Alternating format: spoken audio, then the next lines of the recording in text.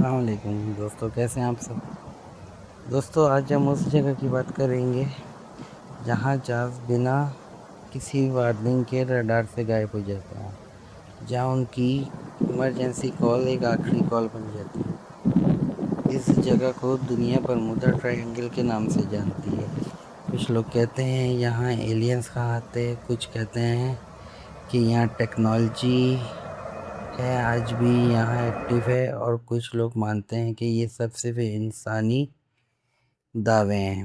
لیکن سوال آج بھی وہیں کا وہیں ہے، کیا برمودا ٹرائنگل واقعی موت کا ٹرائنگل ہے، یا پھر اس کے پیچھے کوئی اور سچ چھپا ہوا ہے؟ آج ہم جانیں گے کہ یہ حقیقت ہے یا صرف ایک کہانی ہے۔ اٹلانٹک اوشین میں ایک ٹرائی اینگل ایریا جو عام طور پر میامی، فلوریڈا، برمودا آئلینڈ اور سین جون کے بیچ میں مانا جاتا ہے، اسی وجہ سے اس کا نام برمودا ٹرائی اینگل پڑا۔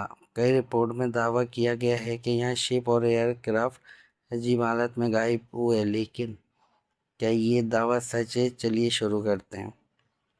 برمودا ٹرائی اینگل فیمس کیسے ہوا؟ حیرانی کی بات یہ ہے کہ برمودا ٹرائی اینگل کا کانسیپٹ بہت پرانا نہیں۔ 1950 کی دہائی کے آس پاس نیوز پیپر اور میگزین میں کچھ واقعات کو ایک ساتھ جوڑ کر اس ایریا کو مسٹیریس بتایا گیا۔ 1964 میں رائٹر ونسنٹ گیڈیز نے برمودا ٹرائی اینگل نام کو پاپولر بنایا۔ اس کے بعد بک اور ٹی وی شوز نے اس مسٹری کو اور مشہور کر دیا۔ دھیرے دھیرے لوگوں کو لگنے لگا کہ دنیا کی سب سے ڈینجرس جگہ ہے۔ فلائٹ 19 کا راز۔ دوستو اب بات کرتے ہیں کہ کون سا جہاز سب سے پہلے غائب ہوا۔ برمودا ٹرائی اینگل کی فیمس سٹوری ہے فلائٹ 19۔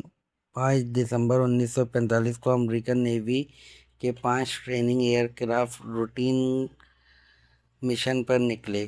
کچھ دیر بعد ان کے لیڈر نے ریڈیو پر بتایا کہ ان کا کمپاس ٹھیک سے کام نہیں کر رہا اور انہیں اپنی لوکیشن سمجھ نہیں آ رہی۔ ویدر بھی خراب ہوتا گیا۔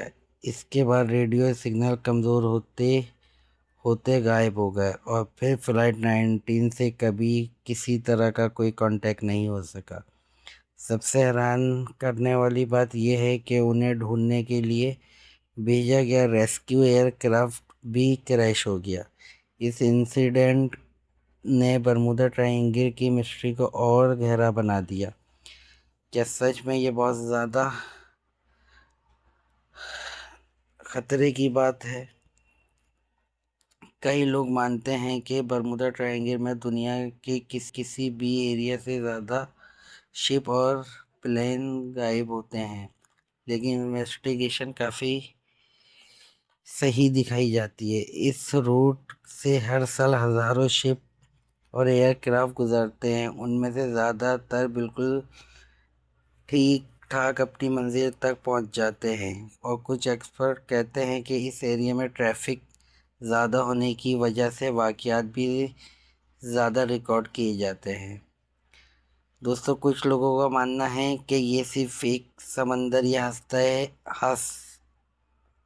حادثہ ہے یا ایلینز کی وجہ سے ہوتا ہے۔ برمودا ٹرائی اینگل کو لے کر سب سے فیمس تھیوریز ایلین اور سمندری واقعات کی ہیں۔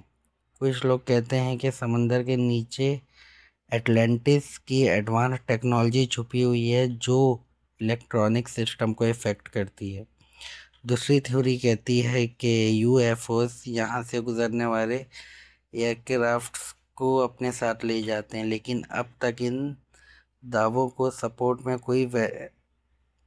کوئی ویریفائڈ سائنٹیفک ایویڈنس نہیں ملا۔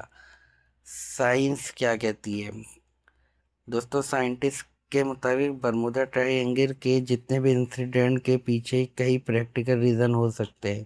اس ایریا میں ویدر بہت تیزی سے بدلتا ہے، سمندری طوفان اور اچانک بننے والے بادل مشکل بنا دیتے ہیں سمندر کی پاورفل کرنٹ بھی ریسکیو آپریشن کو کمپلیکیٹڈ پیچیدہ بنا سکتی ہے، اور کلیم بھی اکثر بڑھا چڑھا کر بتائے گئے ہیں۔ ماڈرن نیویگیشن سسٹم کے ساتھ اس کی امپورٹنس کافی کم ہو چکی ہے، اس لیے ہر انسیڈنٹ کو کسی سپر نیچرل پاور سے جوڑنا صحیح نہیں۔ تو کیا برمودا ٹرائنگل واقعی ایک منحوس جگہ ہے، یا پھر یہ صرف ایک انسانی کہانیوں اور کچھ واقعات کا نتیجہ ہے؟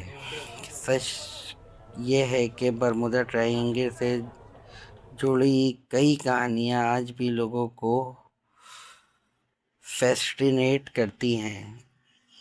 کچھ واقعات کے جواب کبھی نہیں ملے، لیکن اس کا مطلب یہ نہیں کہ ہر واقعہ پیرانارمل تھا۔ کبھی کبھی مسٹری اس لیے زندہ رہتی ہے کیونکہ دوستو ہمیں ہر واقعے کا جواب نہیں ملتا۔